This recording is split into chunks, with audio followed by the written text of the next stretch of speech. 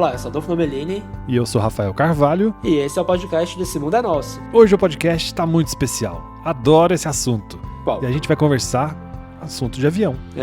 E a gente vai conversar com a Aline Borghetti, que é piloto de avião. Mas ela não é qualquer piloto, não. Ela é piloto do A380, o maior avião comercial do mundo. Gente, o A380 é aquele avião de 2 andares, sabe? Que tem, sei lá o quê, 4 motores. Leva 600 pessoas. Muito grande. Partiu então pro papo, que promete. Partiu.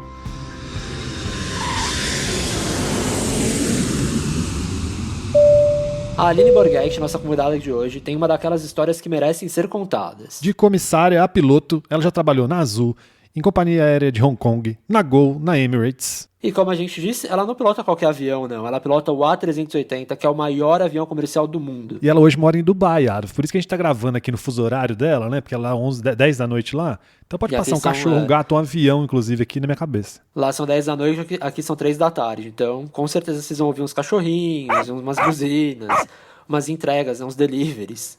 Então, mas vamos falar com a Aline, então. Aline, primeiro, muito obrigado por ter aceitado o convite de participar aqui do nosso podcast. Prazer é meu de estar aqui, obrigado pelo convite. E conta pra gente, como é que a aviação entrou na sua vida?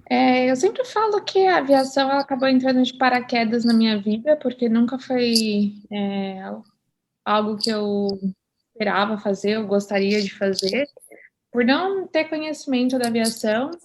E quando eu fazia curso de ensino médio técnico, na época de ensino médio, eu tinha 17 anos, uma das minhas professoras, ela foi comissária no passado e ela acabou falando que eu tinha perfil para aviação e eu resolvi fazer o curso de comissária, a princípio, para entrar na aviação. E você lembra como foi o seu primeiro dia como comissária? Eu lembro porque eu fui fazer um voo de Guarulhos, eu fiz meu curso, aí eu entrei na Gol como comissária, e eu fui fazer meu voo saindo de Guarulhos, e eu nunca tinha ido para o aeroporto de Guarulhos, e o aeroporto é gigante, então quando eu cheguei lá, os meus pais foram me levar, porque eu sou de Mauá, não tem nem transporte público para chegar no aeroporto, meus pais foram me levar, porque foi a primeira vez, e eu lembro que quando eu cheguei em Guarulhos, aquilo tudo gigante, né, eu falei para os meus pais, não, eu tô com medo, não quero descer. Eu tava assim com medo do voo, porque eu não sabia o que esperar. Eu tinha voado só uma vez na vida, então assim, a minha segunda vez voando era como comissária trabalhando. Nossa. Então foi um pouco assim assustador. E aí a minha mãe, ela sempre me encorajou muito nas coisas, e ela falou, não, vai, que vai dar certo. E aí eu com o uniforme, entrei no aeroporto, procurei um rapaz com o uniforme da Gol, falei, moço, é minha primeira vez, eu vou tripular um voo, onde é que eu tenho que ir? Porque eu nem sabia onde era a sala dos tripulantes. E eu tava tão, assim, nervosa com tudo, era muitas novidades juntas, né? E quando você vai tripular pela primeira vez, você tá em instrução, então tem uma comissária que vai te ajudar durante o voo, mas ela te faz perguntas e você tem que ter um nível satisfatório. E eu lembro que eu sou uma pessoa tímida e ela me sentou na cadeira da frente dos comissários e falou, você vai fazer o speech para os clientes, né? Fazer o anúncio para os clientes. E eu, misericórdia, né? E eu tentando fazer o speech, e eu lembro que o meu speech foi horrível. Ainda tem que falar inglês, né? Eu fiz em português e fiz em inglês, e o meu inglês na época era horrível. Então, assim, foi uma vergonha, foi um horror. Aí ela falou, não, tudo bem, o próximo deixa que eu faço. Mas também, primeira vez, né? Pra onde era o voo, você lembra? A gente fez um Guarulhos-Salvador, foi meu primeiro voo. Ai, que legal. Eu ia até te perguntar, você tinha andado pouco de avião ainda, né? Que você falou que tinha andado uma vez. E você ficou com medo, assim, da questão do avião ou não? Morrendo de medo! Ainda não estava acostumada, assim, e teve turbulência, e você tentando servir, tentando fazer o serviço de bordo, e a mão suando, e você... imagina. Parecer que tá tudo normal, né? Que você tem que passar a segurança. Passar a segurança. Para os passageiros. E eu, assim, nervosa. E... o primeiro voo não foi uma boa experiência tripulando, porque você tá tão preocupada com tudo. Mas deu certo. Deu certo. Foi em 2007 e eu ainda tô voando, então deu certo. E você ficou quanto tempo como comissária? Na Gol eu fiquei de 2007 a 2010. E eu precisava falar inglês, porque meu inglês era bem ruim na época. E nesse meio tempo, quando eu comecei a ser comissária, eu decidi que eu queria ser piloto. E para ser piloto, você precisa ter um inglês bom. E então, em 2010, eu tomei a decisão de pedir demissão da Gol e morar na Austrália. Então, eu peguei o dinheiro da minha rescisão, porque eu sempre fui. Eu venho de uma família muito simples, né? Então, a gente não tinha dinheiro, assim, para pagar curso de inglês na infância, enfim. E aí eu falei com os meus pais, eu quero ser piloto, mas sem inglês eu não posso ser piloto. Então eu pedi demissão da Gol, com o dinheiro da rescisão eu paguei um intercâmbio para a Austrália, e eu fui com 3 meses de curso pago e $500 na carteira, que era tudo que eu tinha. Nossa. E eu falei, e eu tinha 1 mês de acomodação, e eu falei, eu vou ter que dar um jeito de ficar na Austrália pelo menos 1 ano, para ter valido a pena ter pedido demissão do meu emprego. Uhum. E aí, chegando lá, eu arrumei emprego de. Como eu não falava inglês, eu arrumei um emprego no restaurante e eu só pegava os copos das mesas e colocava na dishwasher, era o meu papel, porque eu não conseguia ter muita interação. E aí, conforme o inglês foi melhorando, aí eu comecei a trabalhar de garçonete, de bartender, para ganhar um dinheirinho a mais, fazer limpeza, tudo para juntar dinheiro para o meu curso de inglês e para conseguir me manter lá na Austrália. Mas e de comissária, assim, da onde surgiu a ideia, assim, o interesse na carreira de piloto? Eu falo espanhol, né? Eu estudei quando eu era mais nova e quando eu comecei a fazer os voos da Gol, pelo fato de falar espanhol, eles me colocaram para fazer os voos da América do Sul, os voos do Mercosul. E eram voos mais longos, porque a gente fazia Colômbia, fazíamos Venezuela. Então eram voos mais ou menos de 6 horas. Então eu terminava meu serviço de bordo, as coisas que eu tinha que fazer. E eu sempre, assim, não tô fazendo nada, vou dar um pulinho na cabine para ver como os meninos estão, porque eram voos de madrugada. Então, assim, vou ver se eles querem café, alguma coisa. E comecei a bater papo com os meninos na cabine, e eu sempre fui muito curiosa. E eu falava, gente, mas para que funciona isso? Como é que funciona esse sistema? Mas quando eu escuto esse barulho, o que está acontecendo? Por que você vai esse tanto de botão? Gente, mas vocês usam todos esses botões, né? Acho que todo mundo, quando olha a cabine de controle... Fica assustado. E aí eu comecei a fazer pergunta, e aí, assim, um comandante falava, nossa, mas por que você não faz curso de piloto? Você gosta mais da coisa técnica? E aí todo mundo começou, por que você não faz curso de piloto? Por que você não faz curso de piloto? E até então eu nem sabia que mulher podia ser piloto. Eu nunca tinha conhecido ninguém, assim. E aí eu voei com um menino que é de Mauá, que é da minha cidade, e ele falou, eu tô indo pro aeroclube esse final de semana, porque ele fazia uns voos de recreação, assim, né, nas folgas. Ele falou, se você quiser ir comigo pro aeroclube, vai lá, dá uma olhada, ver o que você acha. Eu falei, tá bom, tô de folga no final de semana, eu vou com você. E aí eu fui pro aeroclube, e existe um voo que se chama voo de incentivo, que é um voo que você vai com o instrutor, num avião desses pequenininhos de instrução, e ele faz algumas manobras, te mostra como é que funciona o voo para você ver se se é aquilo que você gosta.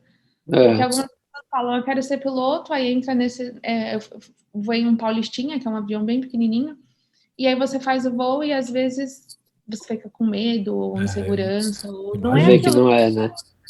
Às vezes você tinha uma expectativa e aí quando você voa, você fala, nossa, não era isso que eu queria. É verdade.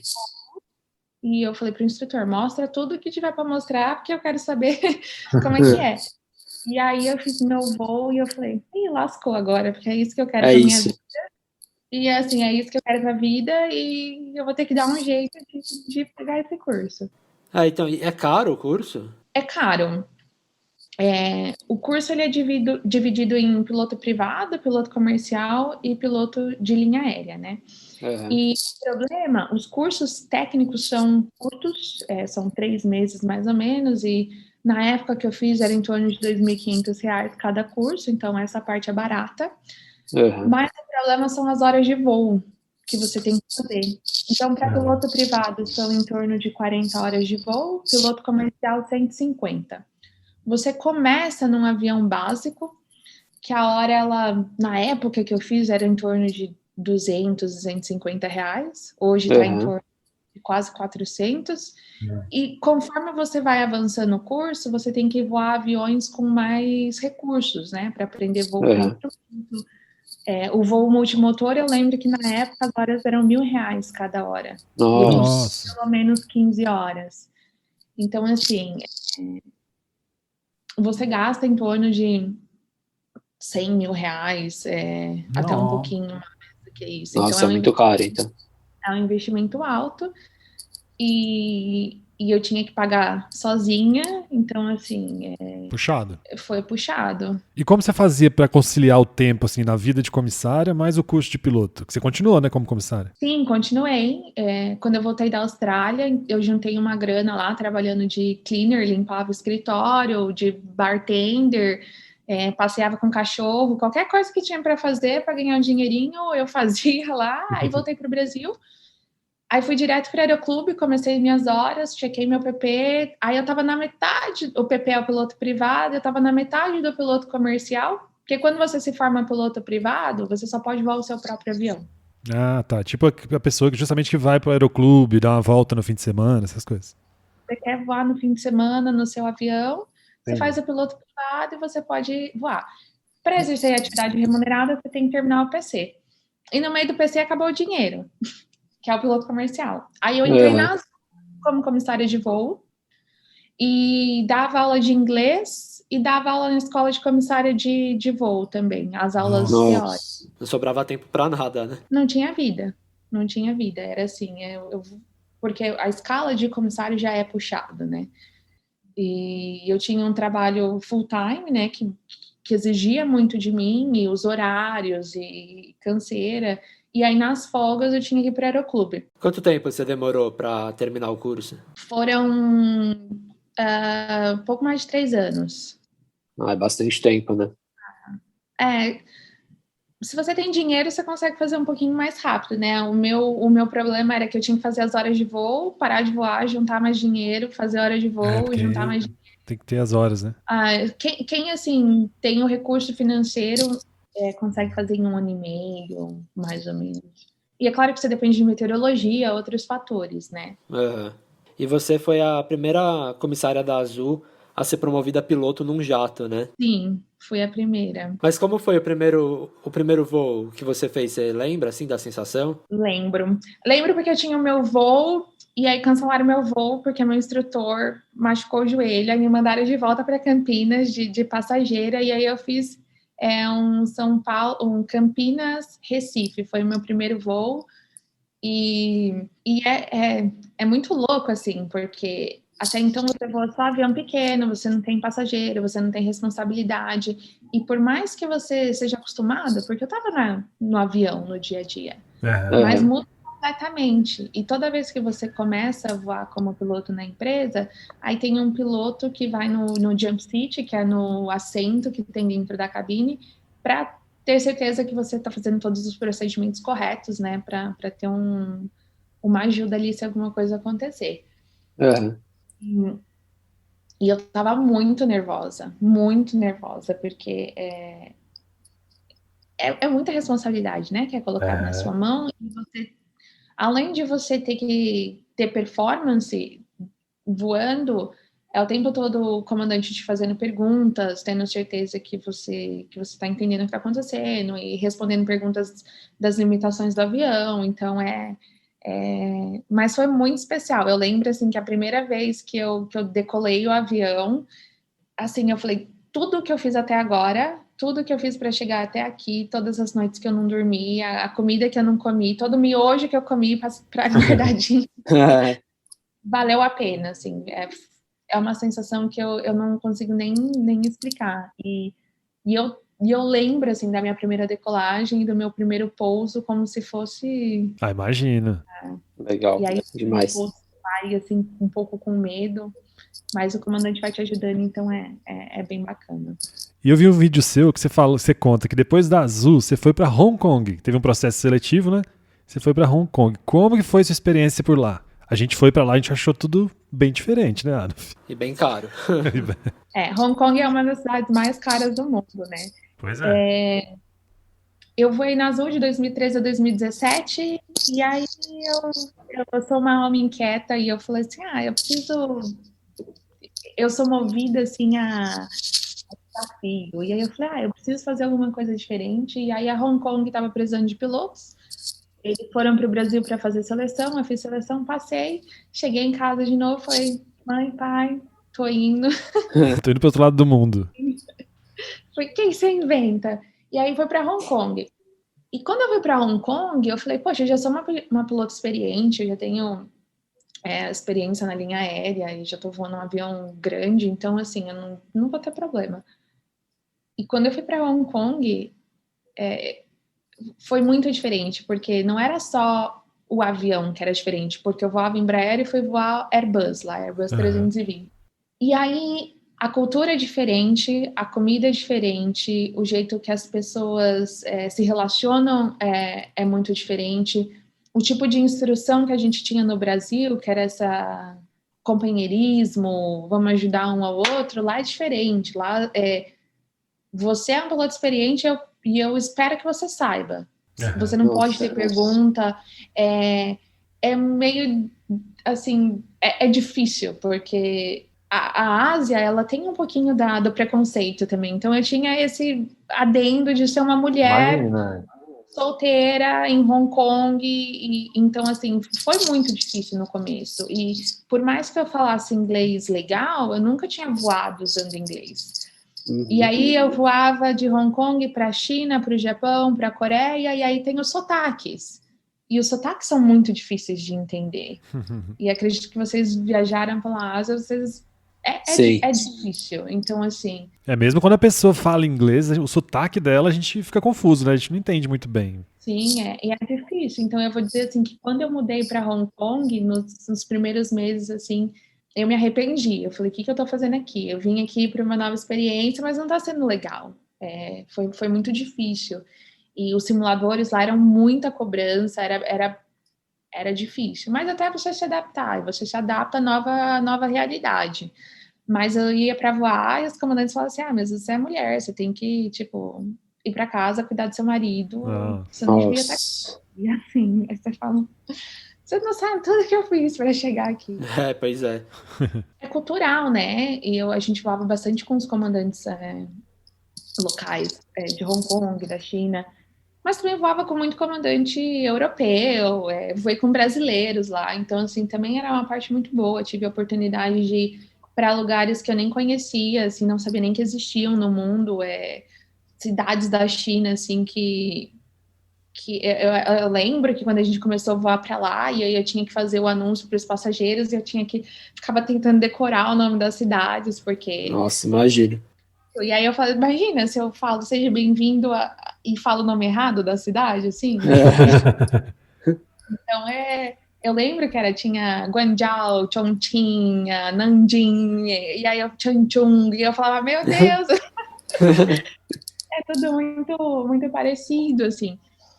E a cultura, a comida, para mim, assim, a ideia que eu tinha de China, por exemplo, era China Box. E eu adoro China Box. E aí eu cheguei lá, falei, gente, mas isso aqui não é comida chinesa. Porque a comida é muito diferente. E eu emagreci, assim, horrores no começo, porque eu não conseguia comer. Meu estômago não aceitava tudo que eu comia, botava para fora. Eu não gostei da comida de lá também, não, viu? Nossa. Eu sofri pra Aí é muito tipo de animal, né? Tanto de frango pendurado, frango queimado, frango com cabeça, tudo com caldo. Sim, eu lembro que eu fui fazer um voo, assim, eu não vou esquecer, foi um voo para Nanjing, que é uma cidade perto de Xangai, né, que é uma das maiores cidades ali da China, e era o Ano Novo Chinês. E aí eu fui com a tripulação toda de Hong Kong, né, e aí a empresa pagava uma refeição pra gente para comemorar o Ano Novo Chinês, e lá fui eu, né, no restaurante, a gente ficava em hotéis bons. E aí as comissárias falaram, Aline, porque é o seu primeiro Ano Novo Chinês, a gente separou a melhor parte da refeição para você. Ai, meu Deus. Que bacana, o que é? Cérebro de pombo. Nossa, sério? Nossa. Que é uma pior do que eu imaginava. Na China é caríssimo, não é Nossa. varia. E eu assim, como é que eu vou me sair dessa, né? Porque eu falei, eu não vou Nossa. não. Não, vamos deixar pro comandante, né? Que comandante tem que comer porcaria, eu vou comer os vegetais. Ainda bem que você arranjou uma boa desculpa. Porque é diferente. Então, assim, eu tinha essas E, presepadas. vo... Para mim, e... a pior parte foi a adaptação de comida. Ah, imagina. E você ficou quanto tempo lá? Hong Kong, daí eu fui em abril de 2017, e aí a empresa começou a ter problemas financeiros, e que eles pertenciam a um grupo chinês, que aí teve, enfim, eles tiveram alguns problemas financeiros, e eu tava voando 330, eu voei um ano 320, aí passei para 330, e aí eles iam se desfazer da frota do 330, e aí eles falaram, olha, eles foram muito bacanas com a gente, falaram, olha, se vocês quiserem um bom conselho, comecem a procurar outro emprego, porque a gente vai fechar a frota, então a gente vai ter que se desfazer de vocês. Não. E na época, isso foi em 2019, a Emirates estava contratando, né? Tava assim um boom, porque eles estavam em expansão, e a Emirates mandava um pessoal do RH para vários países, né? Para fazer roadshow, que eles chamam, para apresentar a empresa e pegar currículos e conhecer pilotos e trazer para Dubai para fazer seleção. E aí a Emirates foi lá e eu falei, oi, amigos, eu tô aqui. E aí eu fui fazer a seleção, fiz o roadshow, aí eu vim para Dubai para fazer seleção, fiz a seleção e acabei passando. E aí, por já ter bastante experiência, ter voado Airbus, eu fui colocada no A380. Ah, a gente vai falar dele agora. Que é o maior avião comercial do mundo, né? O avião de 2 andares. Mas só te perguntar uma coisa rapidinho antes da gente falar do A380. Como o Dubai, assim, Emirados Árabes é um país árabe, eles são tranquilos, assim, por exemplo, se você já sofreu preconceito aqui no Brasil ou na Ásia, aí em Dubai é tranquilo, assim, para a profissão de piloto? Olha, eu vou te dizer que eu vim com um pouco de medo, porque a gente tem o preconceito, né? De falar que árabe é preconceituoso. Na Emirates, como piloto, como profissional, eu nunca fui tão bem tratada como piloto, tão respeitada. Demais. Assim, eles têm bastante mulheres voando aqui, então foi uma surpresa muito boa. Ótimo. E sempre fui tratada igual, assim, independente de gênero, eles te tratam igual, a cobrança é igual, e se der tudo certo, o reconhecimento é igual também. Então, assim, foi uma surpresa muito boa. Então agora vamos falar do A380. Adoro o A380. Você ficou nervosa quando é a primeira vez? Aquele monstro. Conta pra gente um pouquinho do A380. Não, porque eu tava tão empolgada de voar o 380 que eu tava tão feliz. E a gente, antes de fazer o primeiro voo comercial do 380 com passageiros, o que eles fazem com a gente eles me mandaram para Londres, eu fiz todo o meu treinamento do 380, porque os simuladores aqui estavam todos cheios, aí voltei, fiz todo o meu simulador, aí eles pegam um avião, um 380, um avião gigante, enchem o tanque e colocam a gente no avião, colocam um médio de 4 a 6 pilotos e aí a gente fica fazendo pouso e decolagem. Então, Nossa! Porque é um avião muito grande, o procedimento para taxiar esse avião é diferente pelo tamanho da asa. Então, quando eu fui fazer esses pousos e decolagens, eu tava aquele estresse do bem, assim, que você, claro, você tem o estresse, tem aquele friozinho na barriga, porque é a primeira vez que você vai decolar o avião. Mas tá empolgada. Mas eu tava tão, assim, feliz que foi muito legal. E aí a gente fez esses pousos e decolagens, e o meu primeiro voo com passageiros foi para a Arábia Saudita. Foi para Jeddah, na Arábia Saudita. E foi um voo curtinho, então não deu nem muito tempo, assim, de aproveitar, porque você decola, já começa a preparar para pousar e é bem rapidinho. Mas para quem não sabe, quem tá ouvindo a gente não sabe, o A380 é aquele avião, né? Tem 2 andares, Quantos passageiros da Emirates, por exemplo, quantos passageiros cabem? Tem 2 configurações. O que tem eu fui para São Paulo com 625 passageiros, mas quando vem para duas classes, 650 passageiros, e o peso máximo de decolagem deles são 575 toneladas. Jesus. Nossa. Viu que orgulho? Uma mulher pilotando aí. É mais difícil pilotar o A380 ou não? Eu acredito que, assim, da mesma forma que se você pegar um Fusquinha, que é um carro menorzinho, manual, tal, é difícil de dirigir Fusquinha. Aí você começa a pegar um carro maior, porque tem um monte de automação, direção elétrica, piloto automático. O avião é mais fácil, e porque ele é muito grande, ele é um avião muito estável. Então, quando você passa por área de turbulência, ele é muito estável. E porque ele é muito grandão, as coisas acontecem mais devagar, porque é aquela balança, né? Então é mais fácil de voar o 80. A gente já andou até, a gente sente menos mesmo. Na hora de decolar é bem mais tranquilo, na hora de pousar você quase não sente, né? A gente fez justamente esse voo, São Dubai, Paulo, né? Dubai, Dubai, São Paulo. E eu fiz São Paulo, foi muito legal. E é um avião que é muito confortável para os passageiros, né? Para os passageiros de primeira classe, classe executiva, tem um bar que você pode pedir qualquer coquetel. Passageiros de primeira classe, eles têm um spa, que tem um chuveiro, com todos os mimos, assim, igual de hotel. Então, é um avião muito confortável, muito silencioso. Para passageiro, eu acredito que seja... Mesmo que tenha a guerra de Boeing e Airbus, eu acredito que seja o avião mais confortável para passageiros. Para as comissárias não gostam muito. É muita gente, né? Imagina. E aí, nos voos que são simples, nós vamos em 2... Voos simples são voos curtos, então, assim, por exemplo, Europa, daqui de Dubai, né? Então, um voo para Londres, um voo ali para a Europa são média de 7 horas de voo. Então, nós vamos em 2 pilotos e 20 comissárias. Nossa. Aí, quando é um voo, por exemplo, São Paulo, daí nós vamos em 4 pilotos, porque a gente reveza, a gente tem cama dentro do avião para dormir. E aí vão 25 comissários. É muita gente envolvida. E o descanso dura quanto tempo, geralmente? Quando é voo longo assim?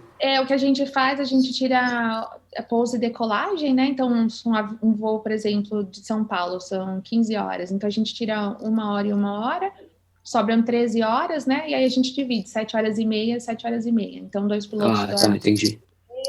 E os outros pilotos dormem as outras 7 horas e meia. Você já passou por algum apuro pilotando o A380 ou algum outro que você lembre? O 380, a única coisa que eu tive foi um wind shear, que é a tesoura de vento, né? Que é quando o ar está totalmente instável, o vento vem de todas as direções, o avião perde a performance, ele começa a afundar, e aí você tem que fazer uma manobra de recuperação. Mas o 80, assim, ele tem tanta redundância que se falha um motor, você pode continuar com os outros 3 motores até 15 horas de voo. Todo o sistema de hidráulica, elétrica, tudo tem redundância, então é muito seguro. No 380, o maior problema é emergência médica, porque como são voos muito longos, então, assim, tem morte a bordo, tem infarto.